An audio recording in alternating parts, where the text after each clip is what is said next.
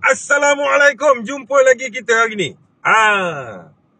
Hari ni kita dapat berita tergempar bahawa Yusof Rawateh dapat full acquitted daripada mahkamah. Maksudnya dia dibebaskan sepenuhnya daripada tuduhan memiliki dadah dan pistol tu.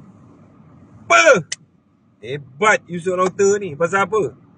Aku pun tak dapat macam tu. Aku dapat di NAA setahun kemudian, buka balik seminggu lepas dapat di NAA yang pertama.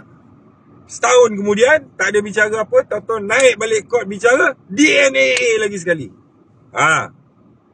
Tapi Yusof Rawateh terus full acquitted. Okey, baik, tak apalah ya.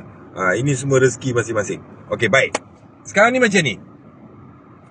Bila dikatakan dia dibebaskan full acquitted macam ni, persoalan yang timbul sekarang ni, kereta dia dan dia tu sendiri tak ada kaitan dengan dadah dan pistol tu. Tapi pistol dan dadah tu dikatakan berada dalam kereta dia. Baik. Soalan yang timbul sekarang, mesti ada orang yang bertanggungjawab terhadap dadah dan senjata api tu. Siapa punya dadah dengan pistol tu? Yusof Rawateh? Bukan. Tapi dalam kereta Yusof Rawateh, kereta Yusof Rawateh juga tidak terlibat. Didapati tidak terlibat. So macam mana sekarang? Apa pun tahniah Yusof Rawateh, ya. Cuma aku nak tengok kat sini. Benda pertama aku nak tengok, first, Anwar Ibrahim minta immunity, gagal dan dia pergi ke rayuan. Dia berjaya dapat penangguhan. Okey, tiba-tiba Yusof Rawateh dapat full acquitted. Apa yang aku nak faham, apa yang aku faham dan sebagai critical thinker punya orang macam aku ni, jangan ada deal ya. Kalau ada deal, kau memang Faraj bonda. Bahasa lapik dia Faraj bonda lah ya. Tapi kalau tak ada deal, gua respect sama lu lah Yusof Rawateh. Fight sampai habis. Serupa jebat neraka.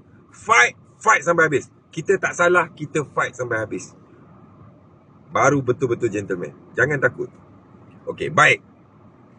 Yang kedua, as a ex-serviceman, very good experience on security and safety for VIP, aku melihat apa yang berlaku pada hari ini tentang keputusan Yusof Rawateh full acquitted ni adalah sebagai salah satu benda yang kena difikirkan tentang sudut keselamatan Yusof Rawateh.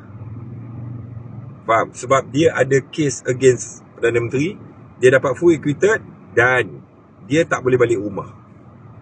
Yusof Rawateh perlu berada di safe house dan perlu ada orang jaga dia. Sekarang ni